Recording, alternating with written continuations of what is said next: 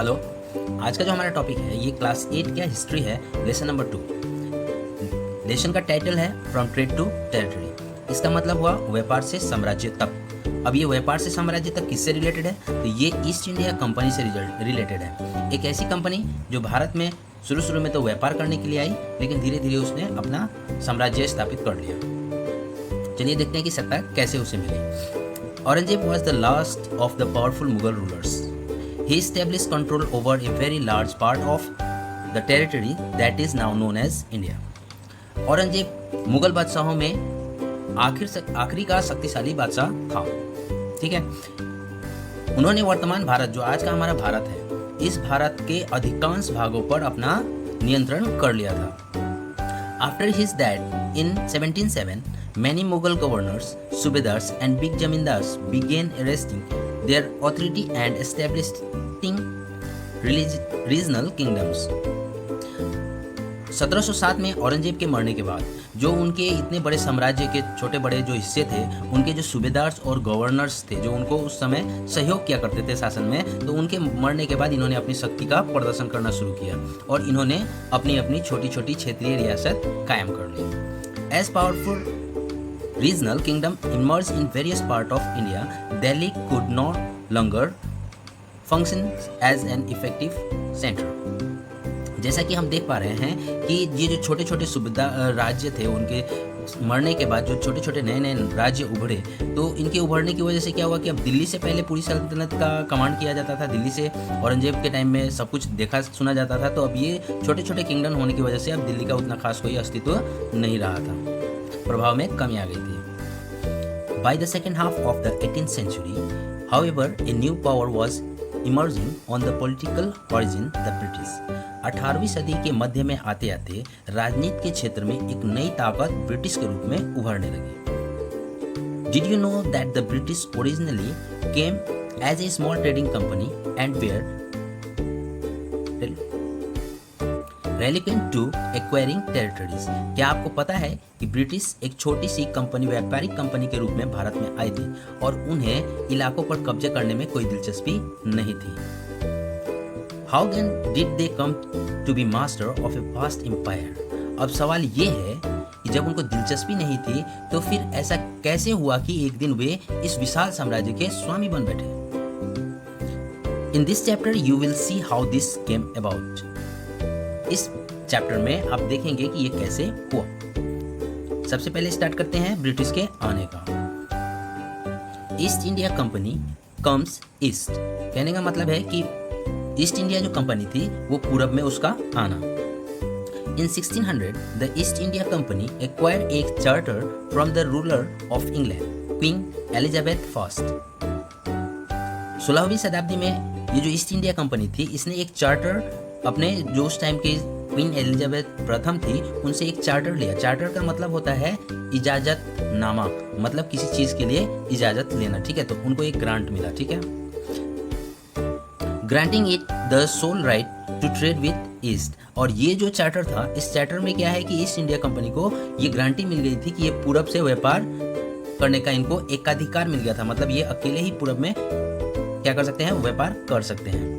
This means that no other trading group in England could compete with the East India Company. और इस charter का जो मतलब हुआ, इस चार्टर का मतलब हुआ कि इंग्लैंड की कोई दूसरी कंपनी ईस्ट इंडिया कंपनी के साथ में कंपटीशन नहीं कर सकती है। With the charter, the company could venture across the ocean, looking for new land from which it could buy goods at cheap price and carry them back to Europe to sell in high price. तो ये जो charter मिला था इनको, इस charter के हिसाब से ये क्या कर सकते हैं, पूरब की ओर नई नई संभावनाओं को, नई नई जमीनों को तलाश कर सकते हैं। और इनका कोई कंपटीशन नहीं था, तो ये क्या कर सकते हैं, चीज़ों के उन एरिया से कम दामों में खरीद सकते हैं और उनको यूरोप में ला करके और ज़्यादा दाम में बेच सकते हैं। तो इनको ये अधिकार मिल गया था क्वीन एलिजाबेथ के तरफ से। The company did not have to fear competition from the English trading company. अब कंपनी को इस इंग्लिश ट्रेडिंग कंपनी मतलब अंग्रेजी दूसरी किसी भी व्यापारिक कंपनी से इसको कोई भी डर नहीं था, कंपटीशन का कोई खतरा नहीं था। अब ये आज़ाद था कि पूरब के क्षेत्र में अकेले ही क्या कर सकता है, जाकर व्यापार कर सकता है और इंग्लैंड का कोई दूसरा कंपनी वहाँ नहीं जाएगा। ठीक है, Mercantile trading companies in those days made profit primarily by excluding competition so that they could buy cheap and sell dear. कहने का मतलब है उस जमाने में जो भी कंपनियां थी वो जो व्यापार करती थी वो क्या है कि कंपटीशन से दूसरे से बचा करती थी, और कंपटीशन से बचने से क्या फायदा होता था कि वो चीज़ों को सस्ते दामों में खरीद सकती थी और ज़्यादा दामों में बेच सकती थी। Royal charter however could not prevent other European powers from entering the eastern market. अब ये जो शाही इनको चार्टर मिला था, दस्तावेज मिला था, ये दस्तावेज क्या है यूरोप की दूसरी ताकतों को पूरब के बाजार में आने से नहीं रोक सकता था। ये चार्टर सिर्फ इंग्लैंड के व्यापारिक संगठनों के लिए ही था। By the time the first English ship sailed down the west coast of Africa around the Cape of Good Hope and crossing the Indian Ocean, the Portuguese has already established their presence in the western coast of India and had their base in Goa. अब जब तक English जो भी जहाज था वो Africa के west coast तक पहुंचता और अफ्रीका के कैप ऑफ गुड होप को पार करते हुए और इंडियन ओशन को पार करते हुए भारत में आता, तब तक क्या है पुर्तगीज क्या है यहाँ पर पहले से ही आकर जम चुके थे, है ना। भारत के वेस्ट कोस्ट पर आकर के ये जम गए थे और इन्होंने क्या है अपना बेस गोवा में बना रखा था।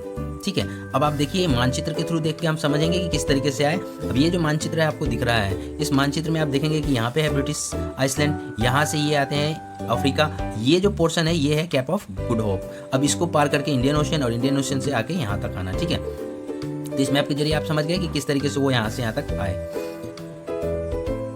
In fact it was Vasco दा gamma, a Portuguese explorer who had discovered this sea route to India in 1498। और इसमें कोई शक नहीं है कि वास्को दा गामा ही जो थे उन्होंने ही 1498 में इंडिया का खोज किया था और इंडिया तक आने वाले इस समुद्री मार्ग का खोज किया था।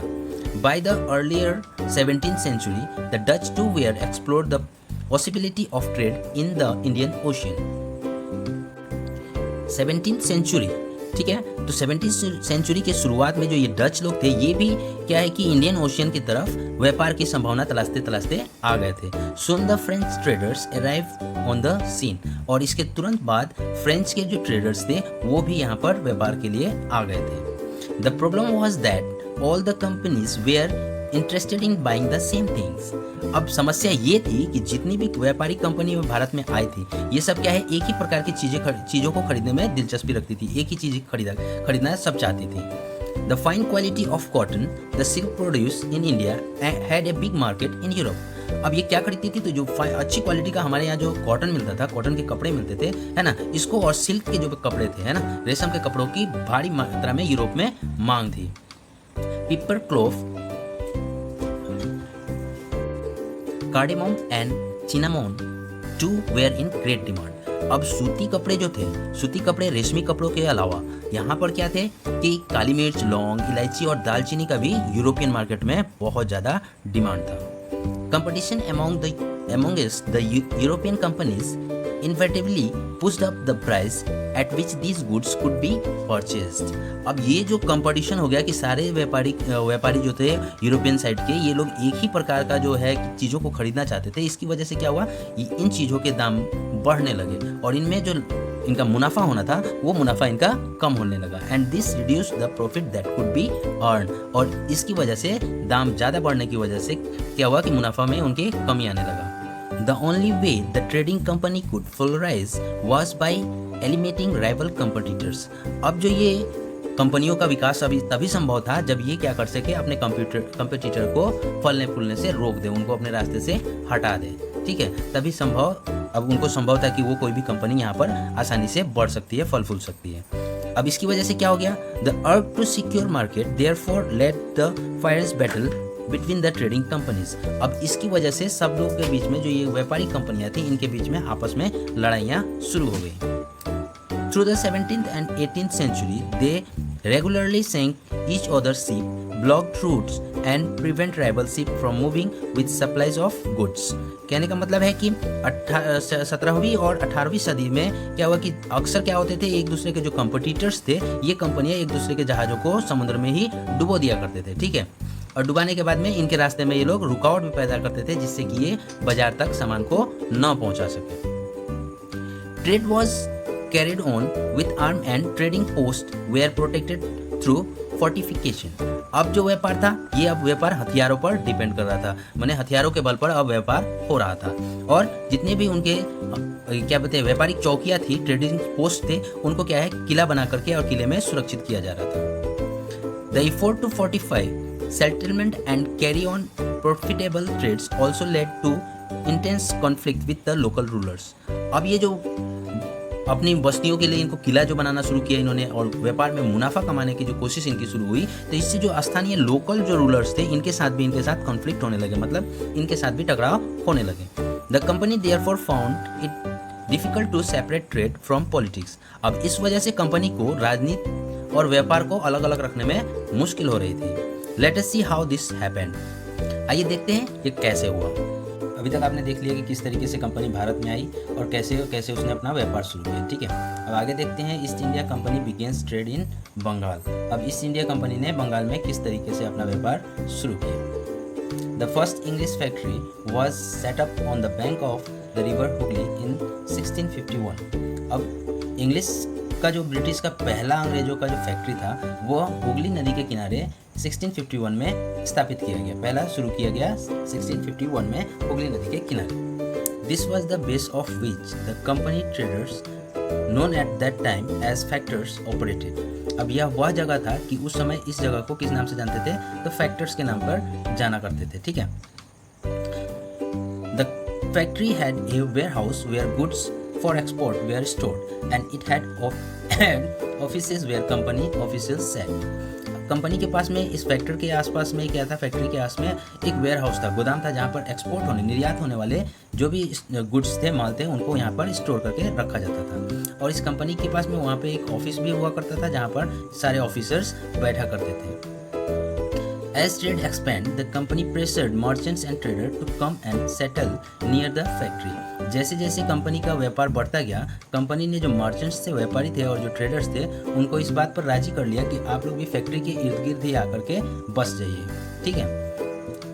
By 1696, it began building a fort around the settlement। और जब इन्होंने व्यापारियों को राजी कर लिया और वो लोग आके इसके आसपास बसने लगे, तो 1696 में इन्होंने क्या किया कि जितने भी सेटलमेंट्स थे उसके आसपास क्या करने लगे, किला बनाना शुरू कर दिया। 2 years later, he bribed Mughal officers into giving the company zamindari rights over 3 villages। 2 साल के बाद में ये कंपनी के जो लोग थे उन्होंने जो मुगल ऑफिसर्स थे उनको घूस दे करके जमींदारी राइट ले लिया 3 गांवों पर जमींदारी का राइट हासिल करने में कामयाब हो गए। One of this was Kalikata which later grew into city of Calcutta and Kolkata as it is known. उनमें से एक कालिकता था जिसको आज के हम कलकत्ता या कोलकाता के नाम से जानते हैं। It also pressured the Mughal emperor Aurangzeb to issue a farman grant the company the right of trade duty free. अब ये जो कंपनी थी यही नहीं रुकी, इसने क्या है औरंगजेब को क्या किया, उनके शासनकाल में उनको ये भी प्रेशराइज किया कि आप एक फरमान जारी कीजिए जिस फरमान में क्या हो, कंपनी को ड्यूटी फ्री बिना कर के व्यापार करने की अनुमति दें, ठीक है। The company tried continuously to press for more concession and multiple existing privileges. अब ये जो ईस्ट इंडिया कंपनी थी ये क्या है, ज़्यादा से ज़्यादा रियायतें हासिल करने में और पहले से जो अधिकार इनको मिले थे उनका ज़्यादा से ज़्यादा फ़ायदा उठाने में लगी हुई थी। Aurangzeb's farman for instance had granted only the company the right to trade duty free. और औरंगजेब के फरमान के अनुसार सिर्फ कंपनी को ही टैक्स फ्री किया गया था, वही बिना ड्यूटी के बिना टैक्स दिए ही व्यापार कर सकते थे। But officials of the company who were carrying on private trade on the side they were expected to pay duty। लेकिन जो कंपनी के अलावा जो उनके ऑफिसर जो प्राइवेट रूप से व्यापार कर रहे थे उनको क्या है टैक्स देना था, उनसे टैक्स मांगा गया था। These they refused to pay, causing an enormous loss of revenue of Bengal। जिसको कि ये जो ऑफिसर्स थे इन्होंने ये टैक्स देने से रिफ्यूज़ कर दिया, मना कर दिया, और जिसकी वजह से बंगाल के रेवेन्यू में बहुत ज़्यादा कमी आ गई थी। How could the nawab of Bengal Murshid Quli Khan not protest. अब जब इन्होंने मना कर दिया, सब कुछ देने से टैक्स देने से मना कर दिया, तो उस समय के जो बंगाल के नवाब थे जिनका नाम था मुर्शिद कुली खान, ये इसका विरोध क्यों ना करते हैं, ठीक है। अब आगे देखते हैं how trade led to battle. अभी तक देख लिया आपने कि किस तरीके से व्यापार शुरू हुआ, है ना। व्यापार उन्होंने कहाँ से शुरू किया, कब शुरू किया, ये आपने देख लिया। अब देखते हैं कि व्यापार से अब ये स्थिति युद्ध में कैसे बदल गई। Through the early 18th century, the conflict between the company and the Nawab of Bengal intensified. अब 18वीं सदी के शुरू होते होते कंपनी के बीच में और जो नवाब थे बंगाल के, उनके बीच में मतभेद होना शुरू हो गया, मतलब टकराव होना शुरू हो गया। After the death of Aurangzeb, the Bengal Nawabs asserted their power and autonomy as other regional power were doing at this time. अब औरंगजेब की मृत्यु के बाद, जैसे कि आपने हम लोगों ने पहले ही चर्चा किया था कि उनके मृत्यु के बाद में क्षेत्रीय जो राज्य हैं वो उभरने लगे थे। तो उसी प्रकार से ये जो क्षेत्रीय क्या बोलते हैं उस समय के नवाब थे, इन्होंने अपना ताकत दिखाना शुरू कर दिया जैसे और क्षेत्रों में हो रहा था। Murshid Quli Khan was followed by Alivardi Khan and then Sirajuddaulah as the nawab of Bengal. अब मुर्शिद अली खान के बाद उनके बाद अलीवर्दी खान हुए, अलीवर्दी खान के बाद में सिराजुद्दौला, उनके बाद में बंगाल के नवाब हुए। Each of them was a strong ruler. और ये जो लोग थे मुर्शिद कुली खान के बाद में अलीवर्दी खान और सिराजुद्दौला, ये लोग क्या थे, एक स्ट्रॉन्ग शासक थे, शक्तिशाली शासक थे। They refuse to grant the company concession, demanded large tributary for the company right to trade. उन्होंने क्या है कि कंपनी को जो कंसेशन मिला हुआ था इसको देने से इनकार कर दिया और उसके एवज में उनको व्यापार करने के एवज में कंपनी से क्या मांगा, तो नजराने मांगे, ठीक है। Denied it any right to mine coins and stop it from extending its fortification. और उसके बाद उन्होंने कंपनी को सिक्के छापने से भी मना कर दिया और जो वो लोग चारों तरफ अपना किलाबंदी कर रहे थे इससे भी उनको रोक दिया, ठीक है। Accusing the company for deceit, they claimed that the company was depriving the Bengal government of huge amount of revenue and undermining the authorities of Nawab. अब कंपनी ने नवाब्स ने ये इन पर इल्ज़ाम लगाया कि ये लोग धोखाधड़ी कर रहे हैं और धोखाधड़ी करने की वजह से बंगाल सरकार का जो राजस्व है उसकी वसूली में कमी होती जा रही है और नवाबों का जो प्रभाव है वो भी कम होता जा रहा है। It was refused to pay tax, writing disrespectful letters and trying to humiliate the Nawabs and his other officers. अब क्या हुआ कि कंपनी तो टैक्स चुरा ही रही थी, चुकाने को तैयार नहीं थी और उसके ऑफिसर्स क्या कर रहे थे कि वो लोग क्या है नवाबों के बारे में चिट्ठियाँ लिख रहे थे, उनके बारे में अपमानजनक चिट्ठियाँ लिख रहे थे, बातें लिख रहे थे, ठीक है, और उनके अधिकारियों का अपमान भी कर रहे थे, ठीक है। The company on its part declared that the unjust demand of the local officers were ruining the trade of the company and the trade could flourish only if the duties were removed. अब company के ऊपर जब ये इल्ज़ाम लगा तो company ने ये तर्क दिया, ये जवाब दिया कि इसके द्वारा इनके जो लोकल अधिकारी हैं, स्थानीय अधिकारियों के बेतुकी मांग की वजह से व्यापार तबाह हो रहा है, कंपनी का ऐसा कहना था। और कंपनी कह रही थी व्यापार तभी फल फूल सकता है जब सरकार सारे शुल्क हटा ले, ठीक है, बात समझ में आ रही है। It was also convinced that the expand trade, it had to enlarge its settlement by up villages and rebuild the forts. Company का यह भी मानना था कि उसको अपने व्यापार को बढ़ाने के लिए क्या करना होगा कि और अधिक गांवों को खरीदना होगा और इसके अधिक क्या है आबादी भी बढ़ानी होगी, ठीक है, और उसके चारों तरफ किले भी बनाने होंगे, तभी जाके इनका व्यापार बढ़ेगा, ऐसा कंपनी का मानना था। The conflict led to confrontation and finally claimed in the famous battle of Palissy. अब जो ये टकराव था कंपनी के बीच में और ये जो नवाब्स के बीच में जो टकराव था ये दिन प्रतिदिन क्या हो रहा था, बढ़ता चला जा रहा था और लास्ट में इस टकराव का परिणाम ये हुआ कि उस समय के पॉलिसी के प्रसिद्ध युद्ध जो हुआ था उसके रूप में ये कॉन्फ्लिक्ट सामने आया, ठीक है। तो अब आगे पढ़ते हैं द बैटल ऑफ पॉलिसी पढ़ते हैं, मतलब पॉलिसी का युद्ध। पॉलिसी का युद्ध। The Alivardi Khan died in 1756.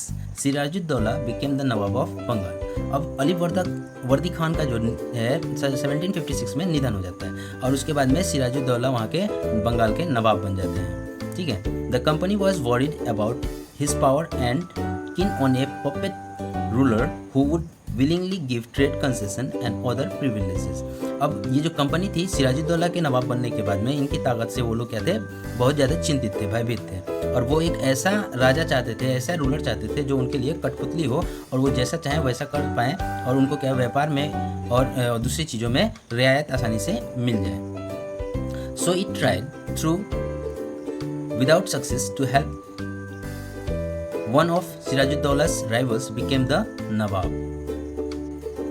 अब जो कंपनी है वो ये प्रयास में लग गई कि किस प्रकार से कोई भी सिराजुद्दौला का जो है उसका जो राइवल्स है, उसका जो विरोधी है, कोई एक ऐसा नवाब मिले जिसको वो क्या बना सके, उस समय का नवाब बना सके। ठीक है, तो वो इनकी तलाश में लग गए।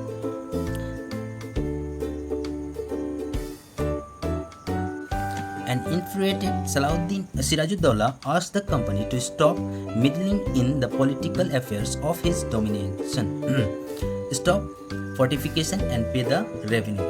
अब जब इन्होंने इनके बदले में एक प्रतिद्वंदी खोज करके नवाब बनाने की सोची तो सिराजुद्दौला ने यह हुक्म दिया कि कंपनी क्या है कि इनके राजनीतिक मामलों में टांग अड़ाना बंद कर दे, किला जो बना रहे हैं उस किलेबंदी को भी रोक दें और बाकायदा राजस्व की भरपाई करें। ठीक है, After negotiation failed, the Nawab marched with 30,000 soldiers to English factory at Kasim Bazar, captured the company officers, locked the warehouse, disarmed all Englishmen and blocked English ship। अब जब ये लंबे समय तक जो इनके साथ में नेगोशिएशन हुआ तो इसके फलस्वरूप कोई भी पक्ष जो है कि मानने को तैयार नहीं हुआ, कोई अपने जगह से हिलने को तैयार नहीं हुआ। तो उस समय में क्या है, सिराजुद्दौला ने 30,000 अपने सैनिकों के साथ, सिपाहियों के साथ क्या किया, कासिम बाजार में जो इंग्लिश फैक्ट्री थी उस पर हमला बोल दिया। ठीक है, हमला बोल के उनके सारे ऑफिसर्स को क्या किया, उन्होंने बंदी बना लिया, उनके वेयर हाउस में ताला लगा दिया। ठीक है, और जितने भी इंग्लिश मैन थे उनके हथियार को छीन लिया। ठीक है, और उसके जितने भी जहाज थे उन सबको भी क्या कर दिया, अपने घेरे में ले लिया। ठीक है, then he marched to Kolkata to establish control over the company's fort there। और उसके बाद वो क्या हुए कि कलकत्ता के लिए रवाना हो गए, जहाँ पे कि इंग्लिश का जो किला था उस पर कब्जा करने के लिए उधर का उन्होंने रुख कर लिया। ठीक है, On hearing the news of fall of Calcutta, अब कलकत्ता के जो समाचार है कंपनी का उसको हाथ से निकलता देख करके क्या है, जब ये समाचार उनके पास पहुंचा, company officers in Madras sent force under the command of Robert Clive. अब ये जो संदेश उनको मिला कि कलकत्ता का जो कंपनी है उनके हाथ से निकल गया, तो मद्रास के जो ऑफिसर्स थे उन्होंने क्या है, रॉबर्ट क्लाइव के नेतृत्व में एक सेना रवाना कर दी, रेनफोर्स्ड बाय नेवल फ्लीट्स। अब ये जो सेना थी इनको क्या है कि नेवी का भी, उस समय के नेवी का भी इनको साथ मिल रहा था। ठीक है, prolonged navigation with the Nawab followed, finally in negotiation with Nawab followed finally in 1757. Robert Clive led the company's army against Sirajuddaulah at Palisi। अब लंबे समय तक कंपनी के बीच और नवाबों के बीच में जो सौदेबाजी चली, मैटर को सॉल्व करने का कोशिश किया और नहीं होने पर आखिरकार क्या हुआ, रॉबर्ट क्लाइव ने अपने सेना का नेतृत्व अपने हाथ में ले लिया। ठीक है, और one of the main reason for the defeat of nawab was the force led by Mir Jafar, one of the Sirajuddaulah's commander. अब सिराजुद्दौला का हार का मुख्य कारण एक था कि उसमें उसके नवाबों में से एक नवाब था मीर जाफर, जिसकी वजह से सिराजुद्दौला ये लड़ाई हार गए। ठीक है, अब जिसने क्या है, लड़ाई नहीं लड़ी। Clive had managed to secure this support by promising to make him nawab after crushing Siraj-ud-Daulah.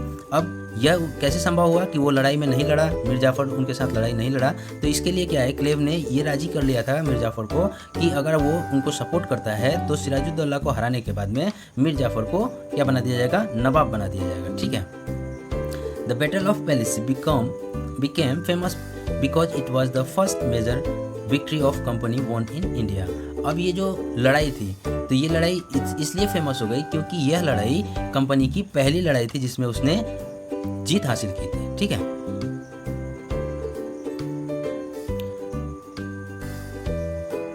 After the defeat of Palisi, Sirajuddaulah was arrested and Mir Jafar made the Nawab। अब पॉलिसी की जो लड़ाई हुई थी, पॉलिसी में जब जंग हुआ था, उस जंग के हारने के बाद में, ठीक है, मीर जाफर को क्या बना दिया गया, नवाब बना दिया गया और सिराजुद्दौला को कैद कर लिया गया। The company was still unwilling to take over the responsibility of administration. अब ये कंपनी जो थी, ये कंपनी अभी भी जीतने के बाद भी और मीर जाफर को नवाब बनाने के बाद भी वह क्या है कि क्या करना नहीं चाहती थी, वह क्या है कि सारी जिम्मेवारी लेना नहीं चाहती थी, मतलब कि शासन करना नहीं चाहती थी। Its primary objective was to expand of trades, और उसका मुख्य उद्देश्य क्या था कि व्यापार को बढ़ाना, वह एडमिनिस्ट्रेशन के क्षेत्र में आना नहीं चाहती थी। If this could be done without conquest through the help of local rulers who were willing to grant privileges, then territories need not to be taken over directly. अब कंपनी का ये भी मानना था कि अगर लोकल रूलर की सहायता से उन्हें व्यापार करने में मदद मिलती है तो उनको किसी भी क्षेत्र पर कब्जा करने की जरूरत नहीं है, ठीक है, किसी भी राज्य को सीधे सीधे अपने कब्जे में लेने की जरूरत नहीं है अगर लोग। Soon the company discovered that this was rather difficult. जल्द ही कंपनी को ये बात का एहसास हो गया कि यह भी कोई आसान काम नहीं है। For even the puppet nawab were not always as helpful as company wanted them to be. अब इसका कारण ये था कि ये जो कठपुतली नवाब थे, ये हमेशा कंपनी के इशारों पर काम नहीं करते थे, ठीक है। After all they had to maintain a basic appearance of dignity and sovereignty if they wanted respect from the subject। अब ये इनके कहे हुए कामों को इसलिए भी नहीं करते थे कि जो नवाब थे वो भी चाहते थे कि उनके प्रजा के सामने उनकी नज़र में इनको सम्मान मिले, संप्रभुता का दिखावा भी करना पड़ता था इनको, ठीक है, प्रजा के सामने। What could be company do? तो अब फिर कंपनी अब क्या करती, ठीक है। When Mirza Jafar protested, the company disposed him and installed Mir Kasim in his place. अब जब मीर जाफर ने क्या किया, उनके खिलाफ काम किया, तो उन्होंने क्या किया, मीर जाफर को नवाब से हटा दिया और हटाने के बाद में दोबारा से किसको बना दिया, तो मीर कासिम को उन्होंने नवाब बना दिया, ठीक है। When Mir Kasim complain he in turn was defeated in a battle fought of Buxar 1764। अब जब मीर कासिम ने उनको परेशान करना शुरू किया, ठीक है, मीर कासिम ने उनको परेशान करना शुरू किया, तो उन्होंने क्या है, बॉक्सर की लड़ाई में जो 1764 में लड़ी गई थी उसमें उनको हराना पड़ा, क्या है, कंपनी ने उसको हरा दिया, ठीक है। Driven out of Bengal and Mir Jafar was installed, और उसके बाद में उनको नवाबी से हटा दिया गया और हटाने के बाद में दोबारा से मीर जाफर को नवाब बना दिया गया। द नवाब हैड टू पे 5 lakh every month, but the company wanted more money to finance its war and meet the demands of trade and its other expenses। अब जब दोबारा से मीर जाफर को बना दिया गया तो अब नवाबों को क्या करना था कि 5 लाख रुपए प्रति माह के हिसाब से कंपनी को देना था। अब इस पैसे से कंपनी क्या करना चाहती थी, तो वो कंपनी के जो भी और सारे फाइनेंशियल खर्चे थे वॉर में या फिर जो भी उनके व्यापार में जो खर्चे थे वो इससे मेंटेन करती थी, ठीक है। It wanted more territories and more revenue। अब कंपनी को क्या है कि और ज़्यादा क्षेत्र की आवश्यकता पड़ने लगी और ज़्यादा वसूली की जरूरत, कमाई की चाहत बढ़ गई, ठीक है। By the time Mir Jafar died in 1765 the moods of the company had changed, और मीर जाफर का जो देहांत हो गया 1765 में, तो उसके बाद में कंपनी का मूड चेंज हो गया। Having failed to work with puppet nawabs, Clive declared he must needed became Nawab ourselves। We must needed became Nawab ourselves। अब कंपनी ने ये डिसीजन लिया कि जो भी हम लोगों ने पेपेट नवाब्स बनाए थे वो क्या है कि उनके साथ में अच्छी तरीके से व्यवहार नहीं कर रहे थे, वो जैसा चाह रहे थे वैसा काम नहीं कर रहे थे। तो क्लाइव ने ये निर्णय किया कि अब हमको खुद ही क्या बनना पड़ेगा, नवाब बनना पड़ेगा। Finally in 1765 the Mughal emperor appointed to company as the Diwan of the province of Bengal। और अंततः क्या हुआ, आखिरकार 1765 में मुगल सम्राट ने कंपनी को ही बंगाल प्रांत का दीवान नियुक्त कर दिया, ठीक है, कितना में 1765 में। The diwan allowed the company to use the vast revenue resources of Bengal. अब जो दीवान बने थे, तो दीवानी मिलने के कारण कंपनी को क्या है, बंगाल के विशाल राजस्व के संसाधन पर नियंत्रण मिल गया था। अब बंगाल से जो भी रेवेन्यू आता था उस पर उनका अधिकार हो गया था। This solve a major problem that the company had earlier faced. और इस तरह से कंपनी की एक पुरानी समस्या का समाधान हो गया। From the early 18th century, its trade with India and expanded. 18वीं सदी की शुरुआत से ही भारत के साथ साथ कंपनी का भी व्यापार बढ़ता चला गया। ठीक है, आगे देखते हैं।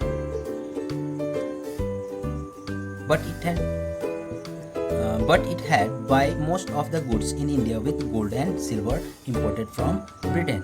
लेकिन क्या थी, एक समस्या थी कि इनको जो भी भारत में चीज़ें खरीदनी होती थी तो उसके लिए उनको गोल्ड और सिल्वर की आवश्यकता पड़ती थी, जो कहाँ से वो लाते थे, ब्रिटेन से लाते थे। This was because at this time Britain had no goods to sell in India. और इसका कारण ये था कि वो ब्रिटेन से सोना चांदी ला करके खरीदते थे, क्योंकि इनके पास ब्रिटेन में कोई भी चीज़ ऐसी नहीं थी जो कि वो भारत में बेच सके। The outflow of gold from Britain slowed after the Battle of Plassey.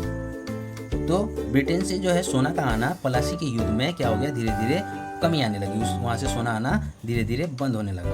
And entire support after the assumption of Diwani, now revenue from India could finance company expenses. अब उनको दीवानी भी मिल चुकी थी, तो दीवानी होने की वजह से इनको और भी क्या चीज़ आसानी हो गई चीज़ों को खरीदने के लिए। अब ब्रिटेन पर निर्भर नहीं होना था, ब्रिटेन से सोना चांदी लाने की ज़रूरत नहीं थी। कंपनी को जो रेवेन्यू यहाँ से मिलती थी, इसी रेवेन्यू से ये क्या है, यहाँ का कंपनी के सारे एक्सपेंसेस को ये खर्चा करने के लिए इनके लिए काफ़ी था। These revenues could be used to purchase cotton and silk textile in India, maintain company troops, and meet the cost of building to the company fort and offices at Calcutta. अब जो इनको जो राजस्व जो मिल रहा था, रेवेन्यू जो मिल रहा था, ये रेवेन्यू इतना पर्याप्त था कि आराम से उस रेवेन्यू से कॉटन और सिल्क के टेक्सटाइल भारत से खरीद सकते थे। ठीक है, कंपनी के ट्रूप्स का मेंटेनेंस कर सकते थे, और कंपनी में जो बिल्डिंग बनानी हो उनके कॉस्ट के लिए भी उनको पैसे लाने की जरूरत नहीं थी। ठीक है, और ऑफिस भी कलकत्ता में कहीं भी बनाना हो तो इनके लिए पर्याप्त मात्रा में रेवेन्यू यहाँ से मिल जाता था। कंपनी ऑफिसर्स बिकेम नवाब। अब क्या है, कंपनी के अफसर नवाब बनने कैसे बने। ठीक है, नवाब बन के ये लोग बैठ गए। What did it means to be nababs? It meant of course that the company acquired more power and authority. नवाब बनने का क्या मतलब था? इसका मतलब एक ही मतलब था कि कंपनी के पास अब सत्ता और ताकत हो गई थी। ठीक है, पावर और अथॉरिटी उनके पास हो गया था। But it also meant something else. Each company servant began to have vision to live like nawabs. लेकिन इसके कुछ और फायदे भी थे। कंपनी का हर एक कर्मचारी जो था वो नवाबों की तरह जिंदगी जीने का सपना देखने लगा। ठीक है, After the Battle of Plassey, the actual Nawab of Bengal were forced to give land and vast sum of money as personal gift to company officials. कहने का मतलब हुआ कि पलासी के युद्ध के बाद अंग्रेजों ने जो लोकल नवाब थे उनके ऊपर दबाव डाला कि वो लोग जमीन और भारी मात्रा में पैसा कंपनी के ऑफिसर्स को गिफ्ट के रूप में दें। Robert Clive himself ashamed A Fortune in India. अब जो रॉबर्ट क्लाइव था उसने खुद ही भारत में क्या है, बहुत ज़्यादा संपत्ति अर्जित कर ली थी, बहुत ज़्यादा संपत्ति जमा कर लिया था। ठीक है, he had came to Madras now Chennai from England in 1743 at the age of 18। वो भारत में कब आया था, तो 1743 में, जब उसकी उम्र 18 साल थी, तो वो मद्रास में आया था, जो आज के डेट में उसको चेन्नई कहते हैं। When in 1767 he left India, his Indian fortune was worth 401,102 pounds. ठीक है, कहने का मतलब है जब वह 1743 में इंडिया से वापस गया तो उसकी संपत्ति कितनी थी, तो भारत में उसकी संपत्ति 1767 में गया था। ठीक है, तो भारत में उसकी संपत्ति थी 401,102 पाउंड्स उसकी थी, जो लगभग आज के डेट में 3 करोड़ से भी ज़्यादा है। Interestingly, when he was appointed governor of Bengal in 1764, he was asked to remove corruption in company administration, but he was himself a cross-exclaimed in 1772 by British Parliament, which was suspicious of his vast wealth. अब दिलचस्पी की बात यह है कि इसके दूसरे कार्यकाल में इनको ये काम सौंपा गया था कि कंपनी के भीतर जो भी क्या हो रहा था, करप्शन था, उस करप्शन को ख़त्म करने की इनको जिम्मेवारी दी गई थी। लेकिन ये क्या है कि खुद ही करप्शन में लिप्त पाए गए और 1772 में क्या है कि ब्रिटिश संसद में उसे खुद भ्रष्टाचार के आरोप में सफाई देनी पड़ी थी। ठीक है,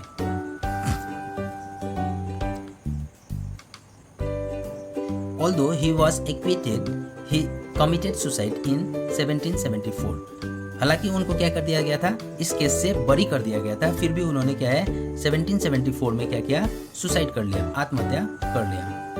However, not all companies officials succeed in making money like Clive. हालांकि कंपनी के और जितने भी ऑफिसर्स थे वो क्लाइव की तरह दौलत इकट्ठा में कामयाब नहीं हो सके। Many died an early death in India due to disease and war, and it would not be right to regard all of them as corrupt and dishonest. हालांकि जितने भी थे वो तो नहीं कर पाए, नहीं, बहुत सारे जो थे वो बीमारी की वजह से या लड़ाई की वजह से वो कम उम्र में ही मौत के मुंह में चले गए। ठीक है, इसलिए क्या है कि सभी को हम करप्ट या फिर बेईमान नहीं कह सकते हैं। Many of them came from humble background and their uppermost desire was to earn enough in India. बहुत सारे जो लोग थे वो क्या है साधारण परिवार से आए थे, जितने भी ऑफिसर्स थे वो सब धनी मनी परिवार के नहीं थे, बहुत लोग साधारण परिवार से थे और उनकी सबसे बड़ी इच्छा यही थी कि बस यहाँ से भारत में रह करके ठीक ठाक पैसा कमाएं और ब्रिटेन लौट करके आराम की जिंदगी बसर करें। Those who managed to return with wealth led fantastic life and flaunted their riches. अब क्या है कि जितने भी लोग थे कुछ मर गए और जो लोग जी गए और जीवित रह करके भारत से धन दौलत लेकर के वापस लौट पाए, वो वहाँ पर जाके आलीशान जीवन व्यतीत करने लगे। They were called nabobs, an anglicized version of the Indian word नवाब। अब इनको वहाँ पे नवाब्स के नाम से जाना जाने लगा।